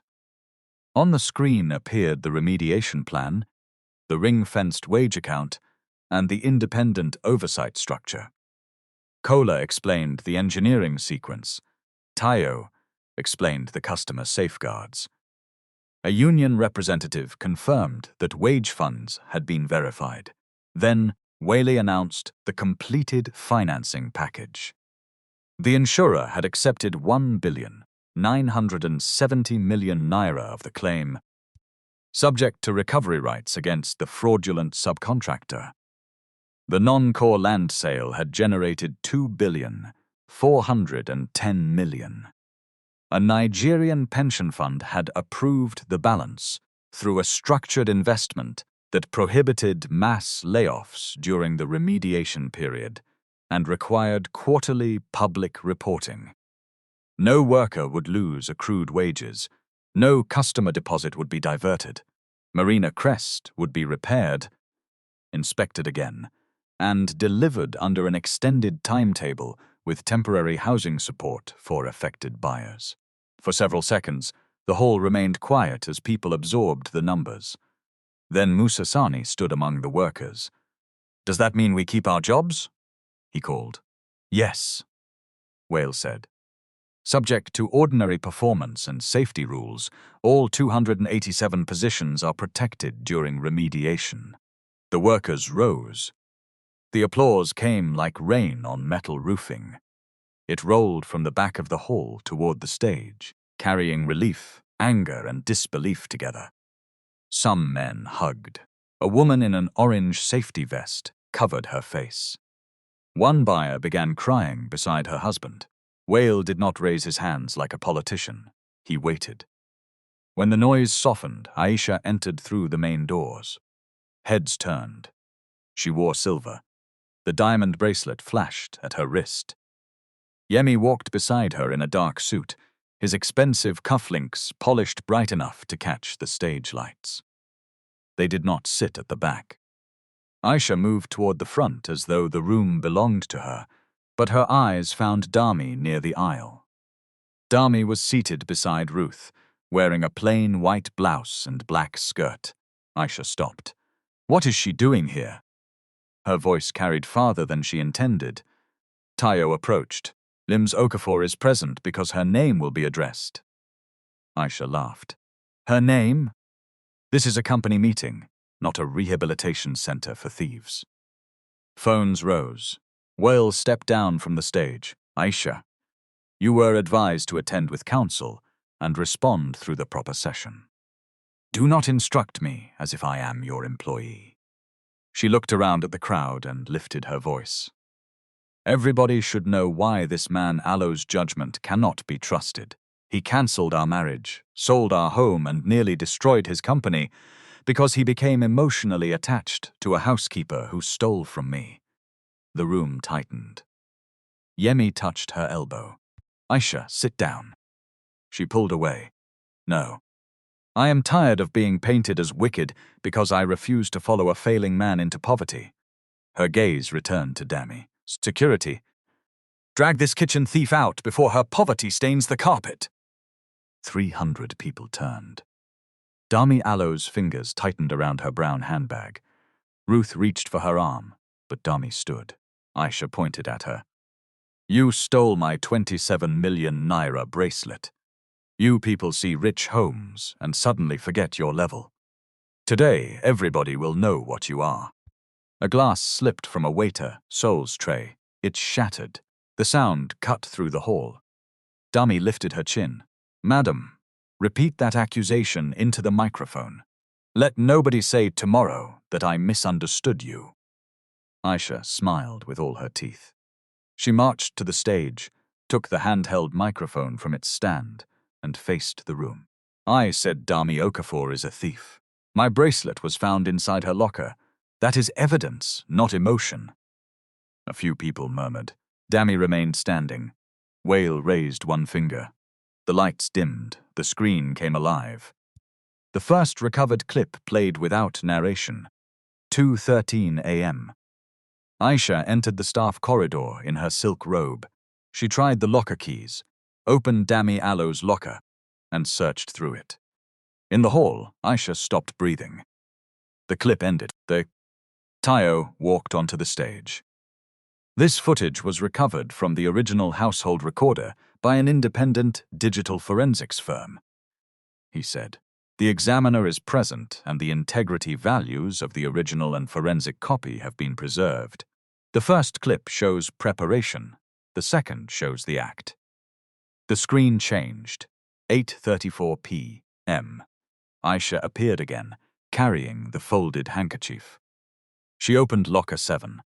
She removed the red velvet case from the cloth, placed it beneath Dami Alo's personal items, and closed the door. The hall stopped breathing. Aisha Alo's hand loosened around the microphone. It struck the stage floor with a hollow boom. No, she whispered. The video continued. Her face turned toward the camera for one clear second before she walked out. Wale did not look at the crowd. He looked at Dami. She was crying now, silently. Ruth stood beside her, one arm around her shoulders. Tayo presented the access log. Aisha Alo's card opened the corridor at both recorded times. He presented the recovered deletion record, showing the guest account on Wale Alo's study. Computer removed 11 minutes and 22 seconds of footage. He explained the phone connection log and the browser searches about deleting CCTV files. Aisha found her voice. Ah, that video is fake. The independent examiner stood from the front row. The footage is reconstructed from data fragments on the original recorder. No generative alteration was applied. The recovery steps are documented and reproducible. You were paid by Wale. The firm was retained through counsel, but our methods are available for independent review. Aisha turned toward Yemi. Say something. He remained seated. Tayo continued. The bracelet case was preserved immediately after discovery. Miss Okafor Alo's fingerprints were not found on the case or the bracelet. That fact alone would not prove innocence. But it is consistent with the video, showing she did not handle the item. The case also contained fibers matching the white linen handkerchief seen in Ms. Coca Alo's possession. Aisha shook her head rapidly. All of you planned this. No, Dami said from the aisle. You planned it. Her voice was not loud, but the microphone on the stage caught it. Every face turned toward her. Dami continued. You planned it because I saw you enter his car. You knew I had no money for a powerful lawyer. You knew people would believe your jewelry before they believed my mouth. Yemi stood suddenly. This has nothing to do with me. Tio looked at him. The next material concerns the company. The screen displayed the storage facility footage. Aisha opened the executive records box and photographed the board recovery papers. The image changed to a close-up of a handwritten correction. Minim, defensible, continuity, threshold. Then it showed the same unusual phrase inside Yemi Allou's acquisition proposal 14 hours later. The bank officials near the aisle began writing. Tayo spoke carefully. The confidential document existed only in hard copy at the storage facility. Access footage shows Ms. Coker photographing 23 pages. Metadata obtained under preservation procedures confirms images matching those pages were transmitted before the revised offer was prepared. Yemi raised both hands. I receive hundreds of documents. I did not know the source. Aisha turned toward him. You asked me for it. The words escaped before she could stop them. A low sound moved through the hall. Yemi Allou's face changed. Aisha, be careful. You told me you needed the recovery range. You said once you bought the company, I would have an advisory position. I said no such thing. You liar! She stepped toward him, but he moved back. One of the bank compliance officers stood. Mr. Daniels, your access to bank systems and client activities is suspended pending immediate internal investigation. Please surrender your staff identification and company device to our security representative. Yemi stared at the official. You cannot suspend me in a public hall based on a domestic quarrel. This action concerns undisclosed conflicts, receipt of confidential commercial material, and possible misuse of your position. It is precautionary, not a final finding. The distinction sounded exactly like the one Dami had been denied in public. Yemi looked toward the exits. 2 bank security officers were already moving closer. Aisha reached for his arm. Tell them the truth. He pulled away from her as if her touch burned. You created this mess, he hissed. Her face collapsed. You said we were together. I said what was necessary to manage you. The cruelty of the sentence struck even the people who disliked her. Aisha stood beneath the bright stage lights, abandoned by the man she had chosen, while the man she betrayed watched in silence. The crowd began shouting, Shame! Arrest her! Let her kneel! Remove the bracelet! Phones rose higher. Some people pushed into the aisle, hungry for a closer image of her humiliation. Wale stepped onto the stage and took the microphone. Stop! The noise continued. He raised his voice once. Stop! The hall quieted. Wale looked across the crowd.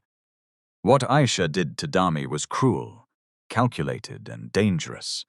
She will answer through legal and professional processes.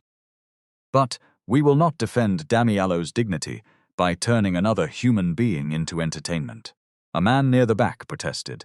She wanted to send the girl to prison. Yes, Wale said.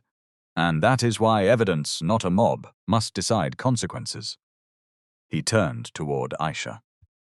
You will receive the process you tried to deny her.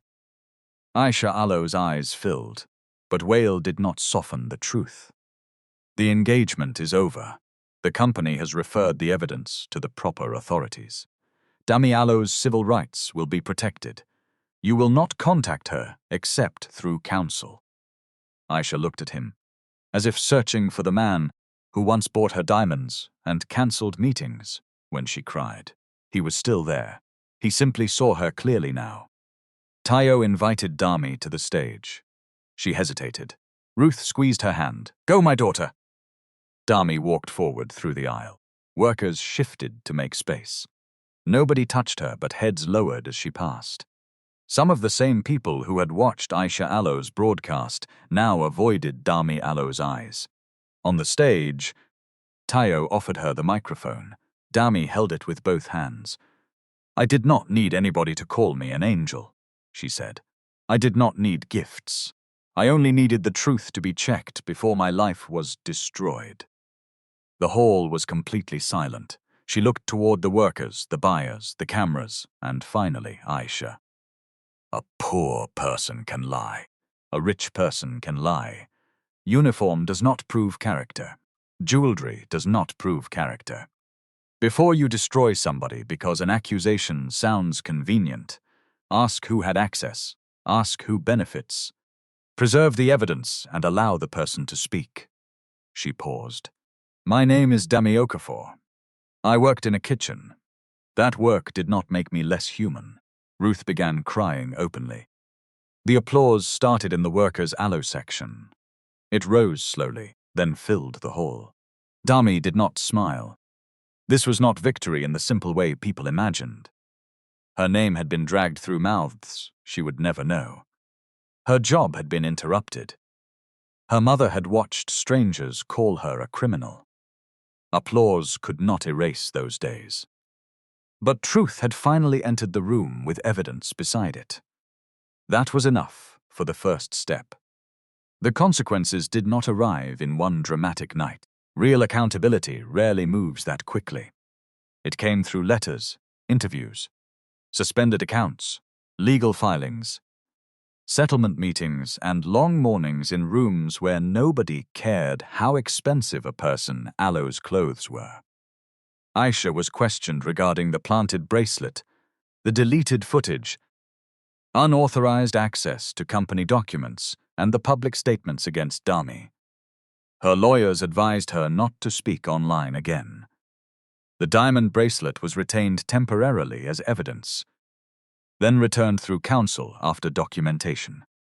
Her events company lost 3 major contracts within 6 weeks. 2 clients cited reputational risk. 1 cited a morality clause. The remaining staff demanded clear separation between Aisha Aloe's personal conduct and company finances, after auditors discovered that 18,700,000 naira from a wedding planning account had been used for hotel stays, luxury purchases, and payments unrelated to any client event. She did not wake up homeless. She woke up accountable. Under a civil settlement reached months later, Aisha was required to retract the theft allegation in the same public channels where she had repeated it. She paid compensation for reputational harm and lost earnings. She also reimbursed the misused business funds through a structured payment plan and agreed not to contact Dami directly. The statement was brief. "I accused Ms. Dami Okafor of theft. That accusation was false. Evidence established that I placed the bracelet in her locker. I withdraw my statements without qualification." Aisha read it from a prepared page at a press conference attended by fewer cameras than she expected. Her voice shook once, but nobody interrupted. There was no dramatic collapse, no public kneeling, no crowd throwing insults, only the truth. For Aisha, that was harder. Yemi Aloe's bank completed its internal investigation after 13 weeks. It found that he had failed to disclose a personal relationship relevant to a proposed transaction, received confidential commercial information through an improper source, and used bank's resources to advance an acquisition in which governance safeguards had been bypassed. He was dismissed. The bank referred parts of the matter to regulators and withdrew from every proposal involving Balogun urban projects. Yemi challenged the dismissal, but the documentary trail was stronger than his confidence. His case continued quietly through professional channels, without the public glamour he had always used as armor. When people asked Aisha whether he still called, she changed the subject. He did not. Dami returned to the hospital canteen only long enough to receive the salary owed for the suspension period and a written apology from management. The supervisor admitted they had acted on a viral accusation without giving her a chance to respond. Dami accepted the apology, but she did not remain there. "Why are you leaving?" the supervisor asked. "Because you protected the cupboard before you protected the person," she said. "I need to work where policy is stronger than gossip." She walked out with her wages, her letter, and her dignity. The compensation from Aisha Alo's settlement allowed Ruth to begin the recommended procedure without delay. Wale offered additional financial help, but Dami declined direct payment. "Sir, the money repairing the harm should first do the repairing," she said. "If there is a balance later, I will plan with the hospital." Wale respected the decision. Ruth Alo's treatment was not easy. There were days she returned home weak, days when medication caused nausea, and one frightening night when Dami took her back to the hospital at 1:36 in the morning. But the procedure succeeded. Her doctors stabilized her condition and adjusted the long-term plan. 3 months after the forum, Ruth walked from the clinic to the car without stopping to rest.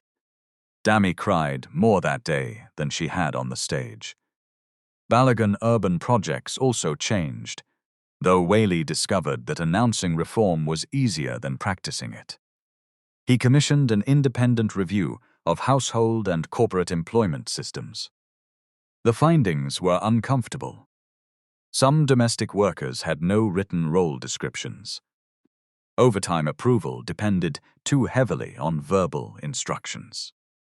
Junior employees did not trust the complaint channels because supervisors controlled the first response. Contractors had weaker protections than permanent staff, even when they worked beside each other every day. Wale published the findings internally. Several executives objected. "You are exposing us," Bode Williams said during one board meeting. "No," Wale replied. "The conduct exposed us. The report only stopped us from pretending." The company introduced a confidential reporting line managed by an external provider, anti-retaliation rules, mandatory written outcomes for disciplinary investigations, and a requirement that serious allegations be reviewed by someone outside the immediate chain of command. Domestic and facilities, workers received standard contracts, leave records, and access to grievance procedures. Managers attended training on evidence, dignity, and the difference between authority and humiliation. Some rolled their eyes. Tayo made them attend again. Wale also addressed the workers at Marina Crest without cameras. "I sold a house and people called me generous," he said. "But selling one asset does not make a fair system. A good employer is not someone who performs kindness when everybody is watching. A good employer builds rules that still protect people when he is absent." Musasani raised a hand. "Oga, are you now saying workers should not trust good bosses?" "I am saying workers should not have to depend only on a boss being good." Musa nodded slowly. "That one makes sense." The remediation work resumed under stricter supervision. Every concrete test result went to 3 separate recipients. Site workers received a protected channel to report shortcuts. Buyers received monthly progress reports, showing delays, costs, and inspection results, including information the company would once have hidden behind polished language. Trust did not return immediately. It returned in installments. Dami continued her evening facilities management course. One afternoon, Tayo told her about a new scholarship Wale wanted to create for service workers, seeking professional qualifications. "I do not want a special award carrying my name," she said. "It will not carry your name or Walelo's," Tayo replied. "An outside panel will select recipients. You may apply, but nobody can guarantee the result. That is better." "Why?" "Because opportunity should not depend on whether a billionaire personally likes your story." Tayo smiled. "You and I agree too often these days." The scholarship fund was established with independent trustees. Applicants submitted employment records, academic results, and proposals showing how they would improve working conditions in their fields. Dami Allo's proposal was titled, "Dignity is an Operating Standard." She argued that facilities management should not focus only on buildings, inventory, and cleaning schedules. It should also measure whether workers had safe reporting routes, clear duties, proper equipment, and protection from retaliation by powerful residents or executives. The selection panel ranked her application first. When the result arrived, Dami called Ruth before anyone else. "Mama, they chose me." Ruth shouted so loudly that Dami had to move the phone away from her ear. After 18 months, Dami completed the professional program with distinction. Balogun Urban Projects advertised a new role for an employee welfare and facilities coordinator. Dami applied with 11 other candidates. She sat through 2 interviews, 1 written assessment, and a presentation before an external panel. Wale did not participate in the scoring. She got the job. On her first day, her office was not on the executive floor. It was beside the facilities team, close enough to the workers she was meant to support. The door had a glass panel. Dami kept it open whenever confidentiality did not require otherwise. A small framed sentence stood on her desk: "Ordinary innocence should be enough." Wale saw it during a facilities review. "You kept that?" he asked. "I needed to remember why the job exists." He nodded. Their relationship had changed, but not into the easy romance people online tried to create. Gossip pages posted photographs of them at company events and called Dami the poor housekeeper who captured a billionaire aloe's heart. Dami hated the phrase. "My work is not a marriage audition," she told Wale when one article appeared. "I will ask communications to correct it." "No, let them write. We cannot spend our lives chasing every foolish sentence. Just do not feed it."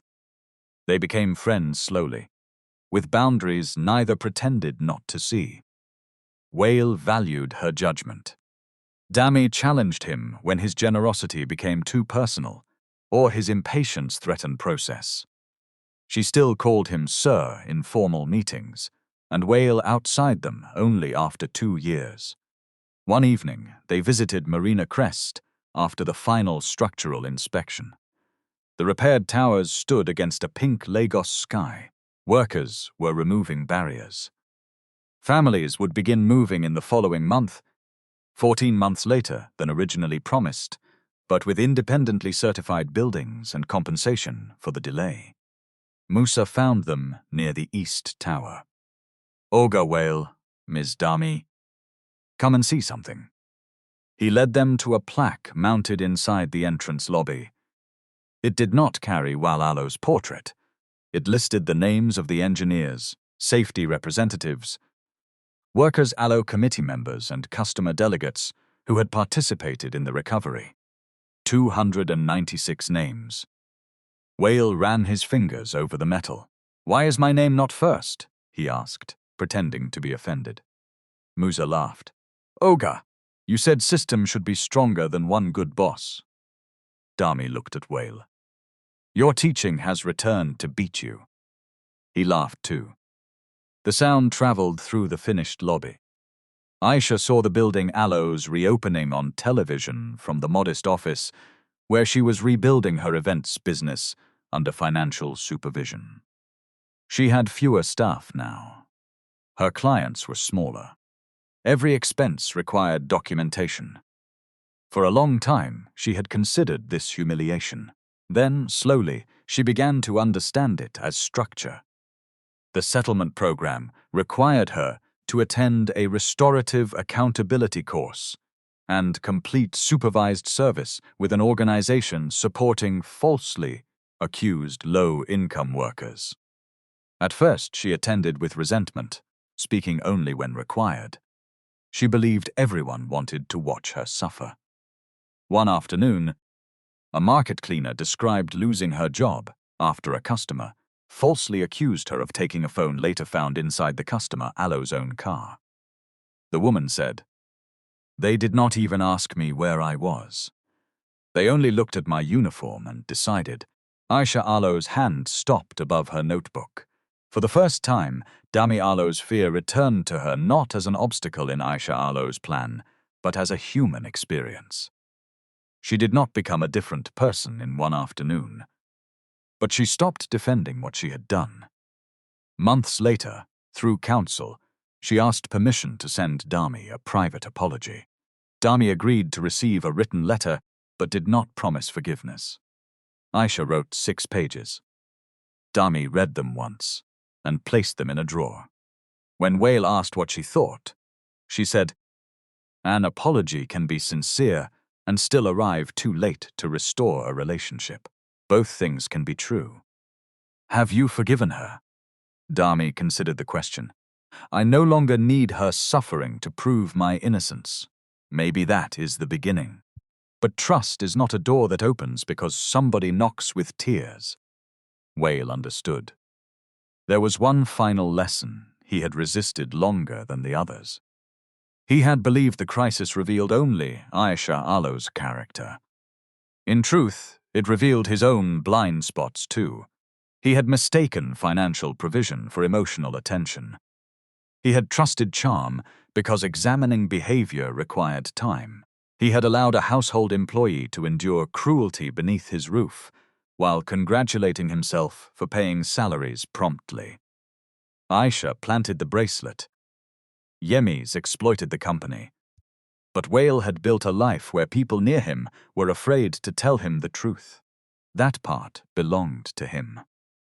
2 years after the forum, Wale stood before a group of new managers at the company Alo's training center. Dami sat in the second row, reviewing the employee welfare section of the program. Wale told them, "Do not measure your character by how politely you treat people who can damage you. Measure it by how you treat the person who needs your signature to eat." Nobody clapped immediately. They were thinking. That was better. From the storyteller Allah's point of view, the most dangerous poverty is not an empty bank account. It is a character so empty that it recognizes people only by the price of their clothes, the size of their house, or the usefulness of their silence. Wanting financial security is not wicked. Lying, manipulating, and destroying another person to obtain it is. Kindness also has limits. A poor worker should not have to labor for free, become perfect, or suffer quietly before society agrees that she deserves respect. Dignity is not a reward for exceptional goodness.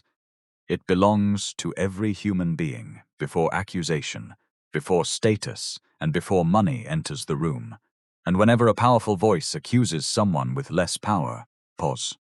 Check it. Who had access? Preserve the evidence. Listen before you judge, because money can buy the loudest microphone in the hall. But it cannot make a lie become truth forever.